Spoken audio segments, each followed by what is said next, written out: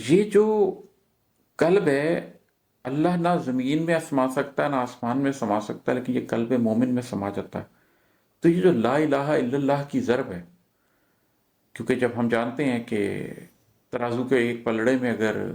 لا الہ الا اللہ لکھ کے ڈال دیا جائے اور ترازو کے دوسرے پلڑے میں سب کچھ ڈال دیا جائے، تو وہ پلڑا جھک جائے گا جس میں لا الہ الا اللہ لکھا ہوا ہے۔ تو اس کی جو قوت ہے لا الہ الا اللہ کی، یہ جب آپ کے ضرب آپ کے سینے پہ پڑتی ہے تو اس سے آپ کا قلب زندہ ہوتا ہے، اس سے آپ کا قلب جاری ہوتا ہے، اس سے آپ کے قلب کے اندر سے مادی دنیا نکلتی ہے اور اللہ آتا ہے۔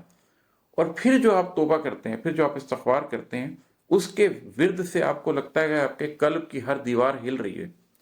یہی وہ موقع ہوتا ہے جس میں آپ نفس امارہ سے نکل کے نفس لوامہ کے اندر جاتے ہیں،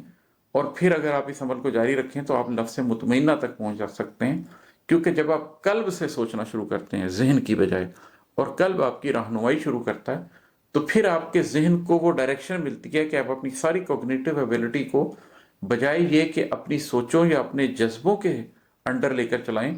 آپ اس کو اپنی قلب میں ملنے والی روشنی کے ساتھ چلاتے ہیں۔ اسی معنی میں ایک اگلا شعر ہے کہ اللہ کرتے میرا جسم ہوا تحلیل،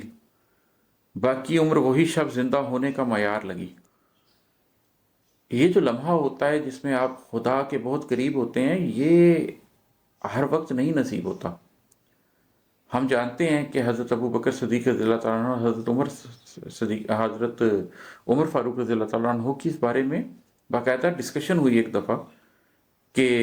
جب ہم نبی کریم صلی اللہ علیہ وسلم کے پاس بیٹھے ہوتے ہیں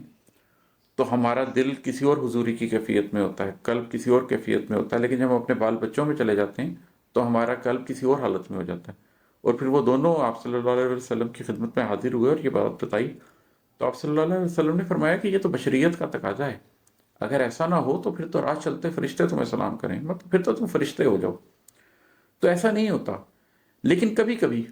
رات کی تنہائی میں اکیلے میں آپ اللہ کے قریب ہوتے ہیں تو آپ کے اوپر کوئی رات، کوئی لمحہ، کوئی پہر ایسا گزرتا ہے جس کے اندر آپ یہ محسوس کرتے ہیں کہ گویا جسم میں روح نہیں ہے، روح میں جسم ہے۔